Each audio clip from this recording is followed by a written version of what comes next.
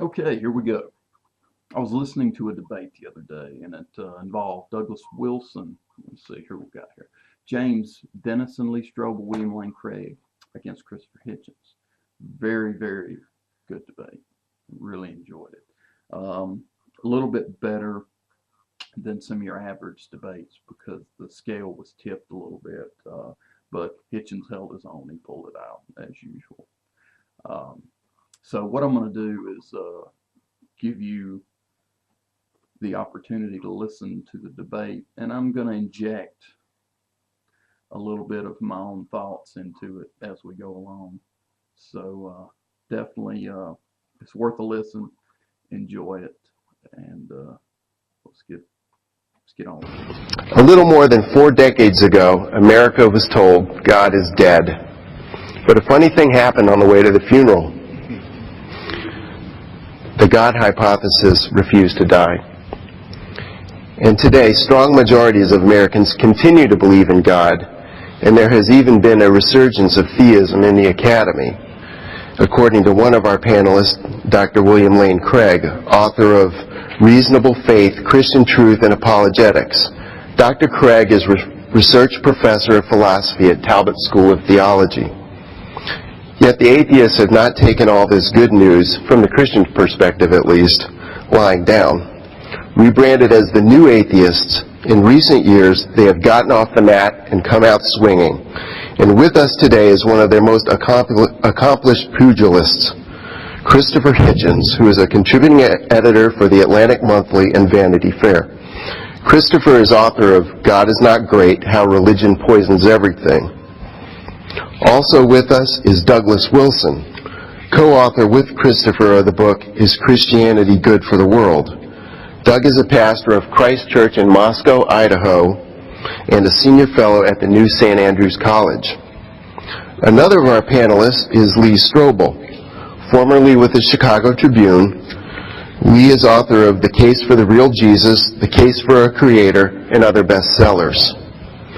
Last but certainly not least, Jim Dennison is theologian in residence for the Baptist General Convention of Texas.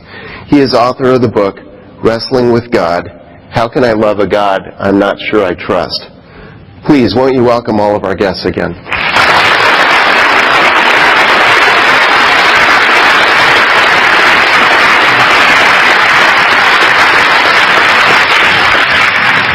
Now, panelists and audience will have plenty of time for questions later during our discussion. But in this first part of the program, this is where you get to say anything you want. There's only one limit, and that is you have 4 minutes. And so it comes with an important caveat. But I will give you a cue that you have about a minute left. So please do try to stay within the time frame.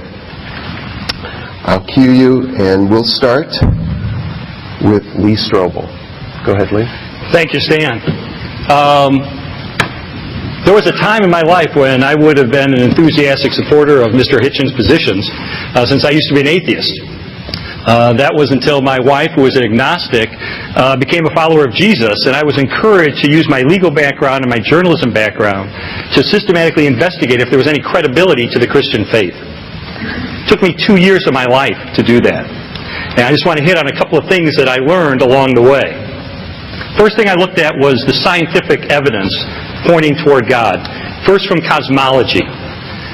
Scientists now agree that the universe and time itself began in the Big Bang. That leads to the argument whatever begins to exist has a cause.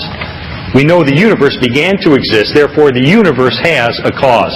And as Dr. Craig, who's an expert in this particular matter, has said, we can draw logical inferences from the evidence. And that is that this cause must itself be uncaused, timeless, immaterial, powerful, and personal. Very good starting point for a description of God. Then I looked at the physics of the universe. And I found that there are certain aspects of the physics of the universe, things like the force of gravity, the cosmological constant, the strong nuclear force, that are fine-tuned on a razor's edge to allow life to exist in the universe.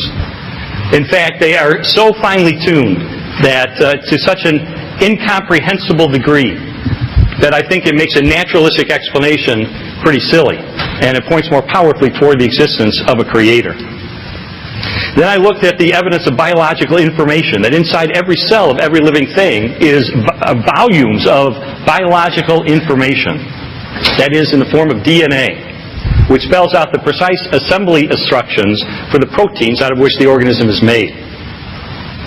Now, it's interesting that nature can produce patterns and even complexity, but whenever we see information, whether it's in a software code, whether it's in painting on a cave wall, whether it's in a book, universally we know there's an intelligence behind it. Now look at consciousness. Materialists can't account for such things as free will and intentionality, but Christians can, because God is an unembodied mind. And it makes sense that we would have finite minds if we're made in God's image. Finally, I looked at the evidence for Jesus.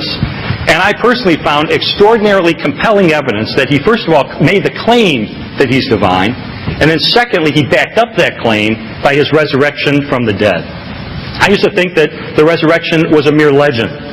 But there are multiple independent early reports of the death of Jesus Christ, his empty tomb, and his post-mortem appearances.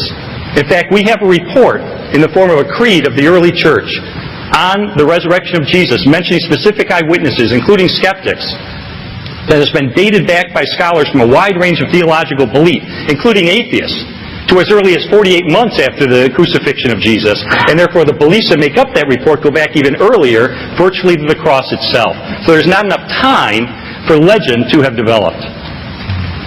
I spent 2 years, I said, investigating this. I finally came to the point where I realized that to maintain my atheism, I would have to believe that nothing produces everything, that non-life produces life, that randomness produces fine-tuning, that chaos produces information, that unconsciousness produces consciousness, and that non-reason produces reason. And frankly, I just didn't have enough faith to continue to believe that. To me, the most logical and rational thing that I could do was take a step of faith, not against the evidence, but in the same direction the evidence is pointing, which is a logical thing that we do every day in various ways, and put my faith in Jesus Christ. How has that made a difference? It's made all the difference in the world. Many of us could talk personally about the difference that Jesus made in our life. We'll probably talk about the impact of Christianity as a panel on the world. I will say personally that to me the idea that Christianity poisons everything is simply not true. And it's something I can personally testify in that the way that Jesus has influenced my life has been positive, has been good, especially knowing that I have confidence that I will spend eternity with Him. Okay, thank you.